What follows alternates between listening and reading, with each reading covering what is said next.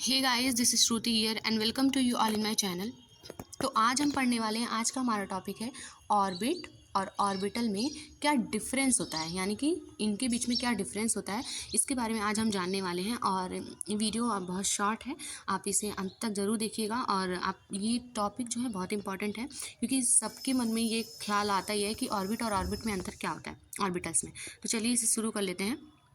तो सबसे पहले हम इसके डिफिनीशन देख लेते हैं जो नॉर्मली हमें बताया जाता है। मतलब ये कहता है कि कक्ष एक इलेक्ट्रॉन की गति का पथ है, यानी कि रास्ता होता है जो परमाणु के नाभिक के चारों ओर परिक्रमा करता है। यह एक विशिष्ट पथ या मार्ग होता है जिसे इलेक्ट्रॉन अपनी ऊर्जा स्तर के अनुसार अपनाता है। ठीक है, इसे हम कक्ष कहते हैं। और इंग्लिश में इसकी डिफिनीशन देख लेते हैं। An orbit refers to the path और trajectory that an electron follows as it revolves around the nucleus of an atom. In the early days of atomic theory, it was believed that electron occupied a specific orbit or energy level around the nucleus. ये तो हो गई orbit की, यानी कि ये हो गई ऑर्बिट की। अब हम बात कर लेते हैं ऑर्बिटल्स के बारे में। तो जो ऑर्बिटल होते हैं, अब ऑर्बिटल के बारे में देखते हैं, इसकी भी डिफिनेशन देखते हैं। कक्षा के गणितीय विवरण है, मीन्स ये गणितीय विवरण है जो इलेक्ट्रॉन की संभावना को और या फिर इसके वितरण को दर्शाता है।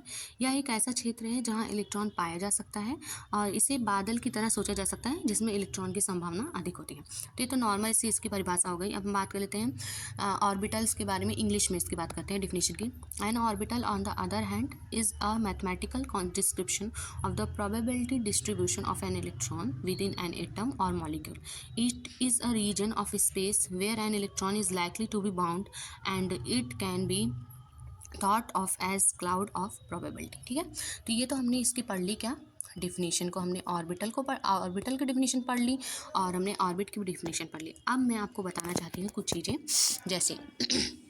जैसे कि हमने अभी तक पढ़ा है, जैसे हमने कोश पढ़ा है। कोश आपने पढ़ा होगा। तो कोश कौन कौन से होते हैं? के, एल, एम और एन होते हैं। ठीक है, और उपकोश कौन कौन से होते हैं?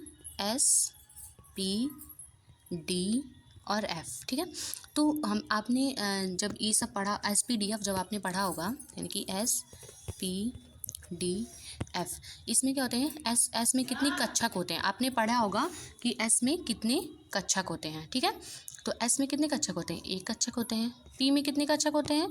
पी में 1 2 3 कक्षक होते हैं। डी में कितने कक्षक होते हैं? डी में कक्षक होते हैं 1 2 3 4 5 कक्षक होते हैं। और एफ में कितने होते हैं? 7 कक्षक होते हैं। तो आपने इसे ज़रूर पढ़ा होगा। तो आपको आपके दिमाग में, मैंने थोड़ा सा, मुझे ऐसा लगता है कि आपके दिमाग में ये हो गया होगा कि हाँ यही होता होगा। जैसे कि आप कह सकते हैं कि कोस में क्या पाए? कोस में उपकोष पाए जाते हैं। ठीक है, कोस KLMN होता है, आपको पता ही होगा। KLMN कोस होता है।